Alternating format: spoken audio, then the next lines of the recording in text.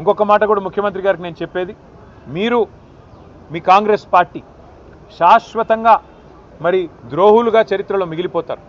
తెలంగాణ అస్తిత్వాన్ని దెబ్బతీసిన ద్రోహులుగా, తెలంగాణ తల్లిని రూపుమాపి కాంగ్రెస్ తల్లిని ప్రతిష్ఠించిన ద్రోహులుగా, తెలంగాణ సంస్కృతిని తెలంగాణ అస్తిత్వానికి చిహ్నమైన కాకతీయ కళాతోరణాన్ని, చార్మినార్ని, తెలంగాణ ఆడపడుచులకు అత్యంత ప్రీతిపాత్రమైన బతుకమ్మని, వీటిని దెబ్బతీసిన ద్రోహులుగా నీ ప్రభుత్వం నీ పార్టీ నిలబడిపోతుంది.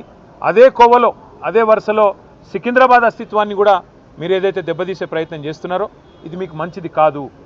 ఒకటి మాత్రం పక్కా, ఇవాళ మీరు ఈ ర్యాలీని ఏదో భగ్నం చేసి మా వాళ్ళని కొంతమందిని అరెస్ట్ చేసి మీరేదో సాధించినాము అని చెప్పి మీరు పైశాచికానందం పొందొచ్చు, కానీ ఇది తాత్కాలికం మాత్రమే.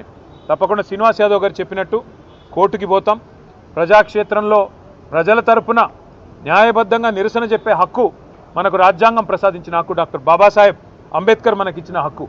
అట్లాంటి హక్కును ఈ జనవరి మాసంలో ఏ జనవరి 26న అయితే మనం రిపబ్లిక్ డేగా జరుపుకుంటామో, మరి రిపబ్లిక్ డేకి 10 రోజుల ముందు మరి రాహుల్ గాంధీ గారు పెద్ద పోజులు కొడతా ఉంటాడు కాన్స్టిట్యూషన్ పట్టుకొని, ఇగో మేము కాన్స్టిట్యూషన్ సంరక్షకులము రాజ్యాంగ రక్షకులం అని చెప్తాడు. ఇదేనా మీరు రక్షించే పద్ధతి?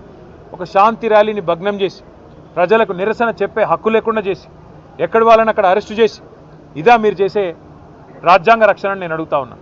అందుకే శ్రీనివాస్ యాదవ్ గారు చెప్పినట్టుగా కోర్టుకి పోతాం, ప్రజలను కూడా జాగరూకులు చేస్తాం.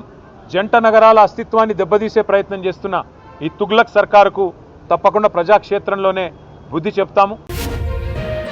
తెలుగు రాష్ట్రాల వైరల్ న్యూస్ కోసం ఇప్పుడే సబ్స్క్రైబ్ మరియు ఫాలో చేయండి.